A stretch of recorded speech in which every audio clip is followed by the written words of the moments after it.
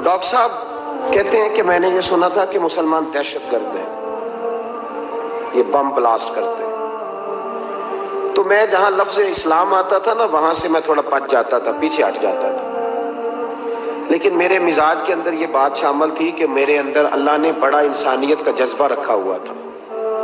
تو میں ایک تنظیم قائم کر رہا تھا، میرا خیال تھا کہ ایک ایسی جماعت بناؤں کہ جو پوری دنیا کے اندر اسلام،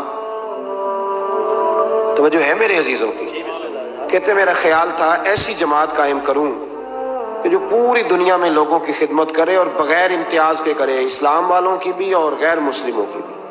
لیکن مجھے بڑا دھچکا رہتا تھا کہ مسلمان سخت گیر قوم ہے۔ میں نے بہت ساری جماعتوں کا منشور اور دستور منگایا اور میں نے کہا میں اپنی جماعت کا دستور لکھوں گا تو پہلے ذرا سارا میں مطالعہ کر لوں۔ ڈاکٹروں کا ٹیبل ہوتا ہے، اس کے اوپر نا شیشہ لگا ہوتا ہے، نیچے وہ جو چیز ضروری ہوتی ہے وہ رکھ لیتے۔ کہتے ایک مصر کے مولانا صاحب آئے ہوئے تھے ہالینڈ کے دورے پر، اچھی انگریزی جانتے تھے تو کسی وجہ سے علیل ہو گئے، میرے پاس وہ آئے اور انہوں نے دیکھا کہ میں انسانی حقوق پر کچھ لکھ رہا ہوں، کام کر رہا ہوں، تو وہ دیکھ کر کے مجھے کہنے لگے کہ ڈاکٹر صاحب آپ کوئی تنظیم قائم کر رہے ہیں؟ میں نے کہا ہاں۔ تو کہتے انہوں نے ہلکا سا ٹچ دیا، زور نہیں دیا، اور ویسے بھی جو ہلکی بات ہوتی ہے وہ ذرا دل میں جلدی بیٹھ جاتی ہے۔ کہتے ہیں ہلکا سا ٹچ دیا، کہنے لگے اگر کبھی موقع ملے تو میرے نبی پاک کی بھی سیرت پڑھ کے دیکھیں، بس ہلکی سی بات، اور وہ جملہ چھوڑ گئے۔ اعلیٰ حضرت فاضل بریلوی علیہ رحمہ نے لکھا ہے ضروری نہیں کہ تم جو کہہ رہے ہو وہ منوا کے اٹھو، لیکن میسج ضرور چھوڑ دیا کرو۔ جب انسان کے ذہن میں بات ہوتی ہے نا، یہاں سٹاک ہوتا ہے جب بات کا، تو جب وہ کام کرنے لگتا ہے تو ایک دفعہ وہ بات سامنے ضرور آتی ہے، کہہ دیا کرو۔ انہوں نے کہہ دیا کہ ڈاکٹر صاحب ایک دفعہ حضور کی سیرت بھی پڑھ لیں۔ کہتے ہیں میرے ذہن میں بات بیٹھ گئی، مصروف آدمی تھا، زیادہ تو نہیں میں مطالعہ کر سکتا تھا، لیکن میں نے ایک دن 10 منٹ گھر میں ملے تھے تو میں کمپیوٹر پہ بیٹھا اور میں نے کہا کہ انگریزی میں جو کتابیں حضور سید عالم صلی اللہ علیہ وسلم کی سیرت کی ہیں ان کو ذرا دیکھتا ہوں۔ تو فرماتے ہیں کہ میں نے نیٹ پہ سرچ کیا، پہلی حدیث آئی اور میں کلمہ پڑھ کے مسلمان ہو گیا۔ حدیث کہاں ہے؟ سبل الہدی والرشاد میں بھی ہے، کنز الاموال میں بھی ہے، مسند احمد میں بھی ہے، ابن اسحاق میں بھی ہے، ابن اشام میں بھی ہے، اور شاید سیرت کی تمام کتابوں میں آپ کو روایت مل جائے۔ نبی پاک صلی اللہ تعالی علیہ وسلم کی حدیث اور روایت کرتے ہیں حضرت سلمان فارسی رضی اللہ تعالیٰ عنہ، اور ساتھ ہیں سیدنا بلال حبشی رضی اللہ تعالیٰ عنہ۔ فرماتے ہیں ہم نہ گھر سے نکلے، حضور نے فرمایا ذرا جلدی چلو ایک ضروری کام ہے۔